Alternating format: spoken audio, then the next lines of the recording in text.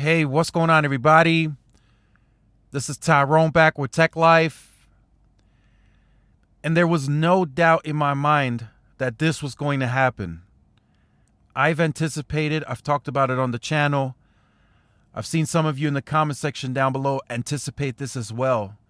Through 21, Q1, Q2, Q3, Q4, as T-Mobile gets N41 at more scale, all third-party testing firms were going to show them winning on the 5G side.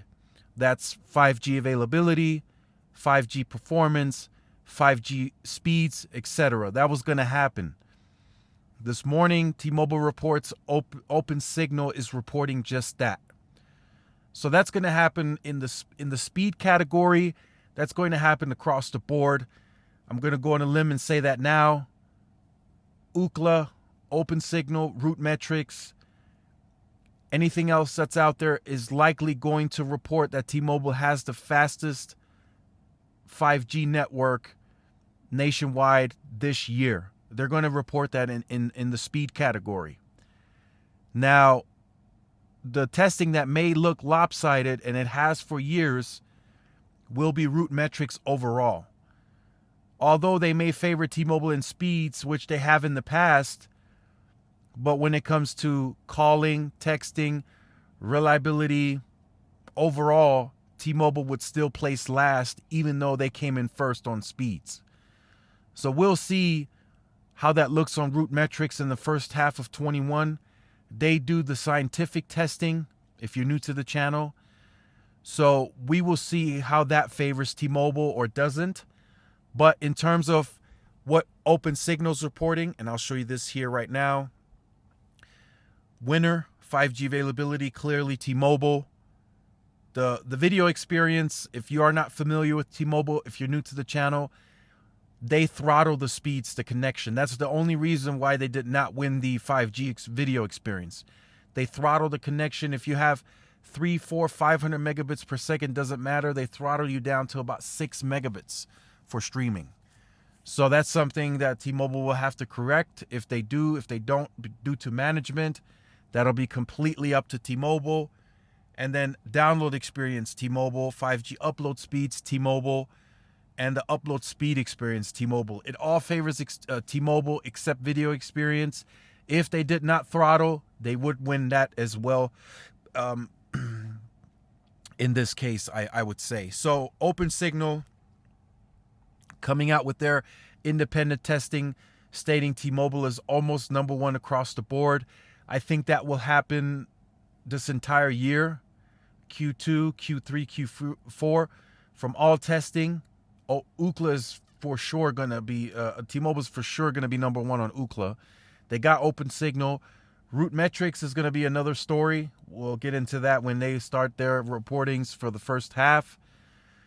But again, T-Mobile has the next generation spectrum now that everyone's buying. So once Verizon gets their hand on 100, 120, 140 megahertz with far more densification in towers, we'll see how they perform, and their own spectrum. I mean, not spectrum, but backhaul that they can raise at will. So we will see how they perform on their network once they throw that spectrum on it.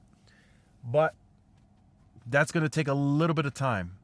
So they'll be at a good amount of pops was what they all used by the end of the year with C-band, and then they will scale that in 22 in the top 50.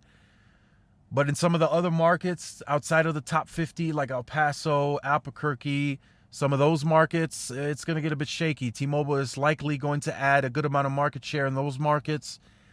If some of those markets are really important to Verizon, they will likely try to clear them sooner, just like T-Mobile did with 600.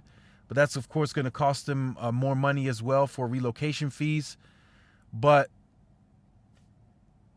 where in areas where Verizon is spectrum starved, so to speak, and the tower grid is thirsty for spectrum, they really do need the spectrum in those areas. There's no ifs, ands, or buts about it. Even after incorporating more sites and more small cells, you can feel that the network is constrained and that it's It's slowing down. I noticed it yesterday while streaming some of the football games.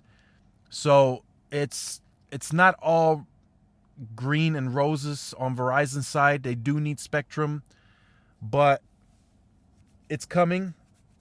That's all I can say for now. It is coming. It's going to take some time to materialize. Don't get me wrong. It's going to take time for them to really get that on the grid. T-Mobile is going to have a huge head start.